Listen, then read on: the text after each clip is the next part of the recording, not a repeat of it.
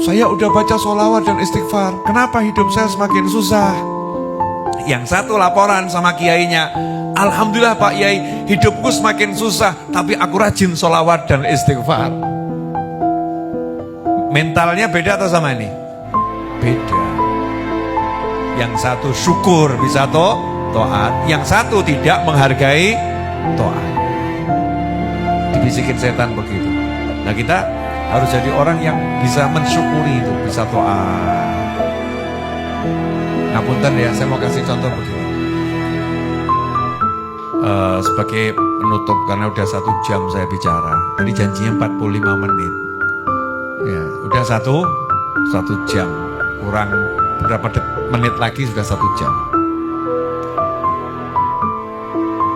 Kalau misalnya disuruh milih.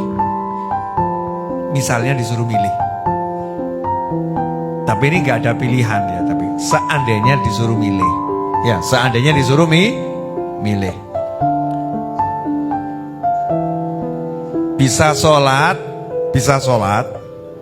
tapi hidupnya susah. Atau tidak sholat, tapi hidupnya menyenangkan. Pilih mana? Mesti ya, sholat menyenangkan ya. Pilihannya kan begitu. Artinya kan kita tetap pilih sholat gitu kan ya. Pilih sholat. Berarti sholat ini adalah rezeki yang gak bisa dinilai dengan apapun. Nah, kalau udah tahu begitu, ya udah nggak usah mikir. Maksudnya gimana? Gak duit-duit ini gak apa-apa, sementing sholat.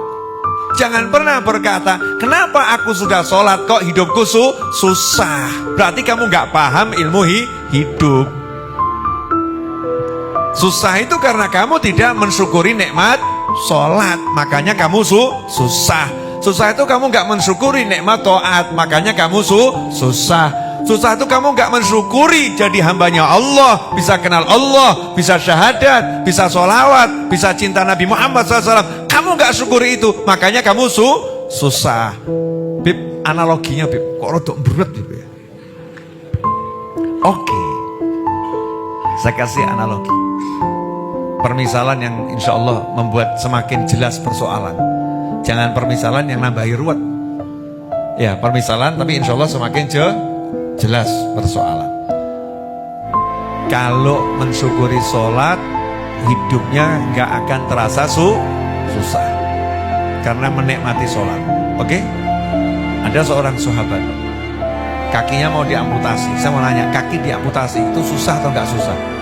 Susah. Tapi sahabat tambah ngomong, tolong diamputasi ketika sholat.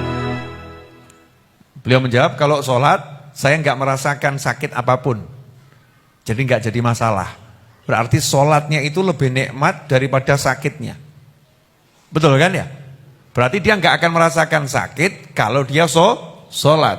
Makanya Nabi bersabda SAW, arihna biha ya Bilal, atau kama qala SAW, wahai Bilal, jadikan aku bisa menemukan rehat ya dengan sholat. Dengan sholat. Nah kita ambil porsi yang nggak usah yang wow tadi itu ya, Masya Allah, ini makomnya, wah sahabat, Kanjeng Nabi SAW yang luar biasa. Kita orang awam lah, yang kadang genah, kadang gak genah gitu kan. Kita ini ngaku aja makom kita masih di situ. Gimana kalau sholat ini kita bisa merasakan sholat sehingga gak punya duit gak masalah? Analoginya gimana? Contoh begini. Orang mendaki gunung. Saya mau nanya, mendaki gunung tuh capek atau enggak capek? Capek. Beresiko atau enggak beresiko? Dingin atau enggak dingin? Dingin, di Indonesia ya. Dingin. Capek, dingin, beresiko. Dapatnya apa? Sampai puncak. Kepuasan, betul?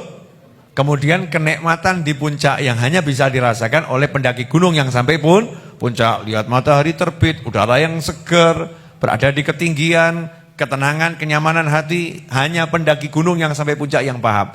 Habib udah pernah merasakan? Sudah. Saya itu udah pernah menaklukkan gunung terhebat di dunia. Iya, apa itu? Jabal Nur. Gunung Nur, Gua Hira.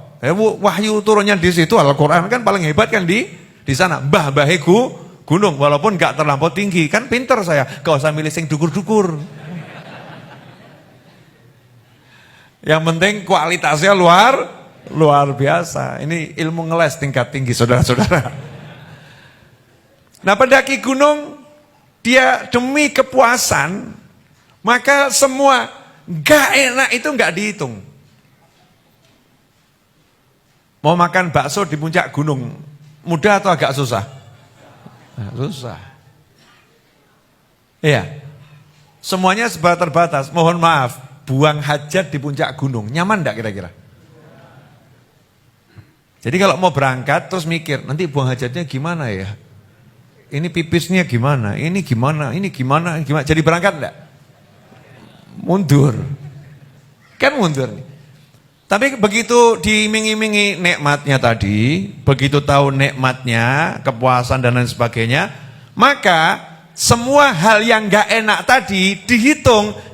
Adem gak enak, betul kan ya? Makan ya mie, ya paling enak gitu. Yang lain mau sate wangel, sate wadem ya kaku itu. Makan ya ala kadarnya, minum alhamdulillah tergantung yang dibawa, kopi teh masih bisa. Tidur wadem katuan dingin. Gak enak tidurnya, gak nyaman tidurnya, toiletnya gak nyaman di puncak kok ya di puncak. Semua gak nyaman tadi diabaikan, tidak dapat kenyamanan, gak jadi masalah. Yang penting dapat puncak gunung, betul? Tidak dapat kenyamanan itu harga yang dengan ikhlas diterima, betul? Yang penting dapat puncak gunung. Kalau dapat puncak gunung, seseorang bisa mengatakan saya terima kehilangan kenyamanan, gak jadi masalah. Kehilangan kenyamanan, gak dapat nyaman, gak jadi masalah. Yang penting dapat puncak gunung. Kenapa terhadap duit kamu gak ngomong seperti itu? Gak dapat duit, aku siap menerima itu. Yang penting aku dapat sholat. Kok gak ngaten?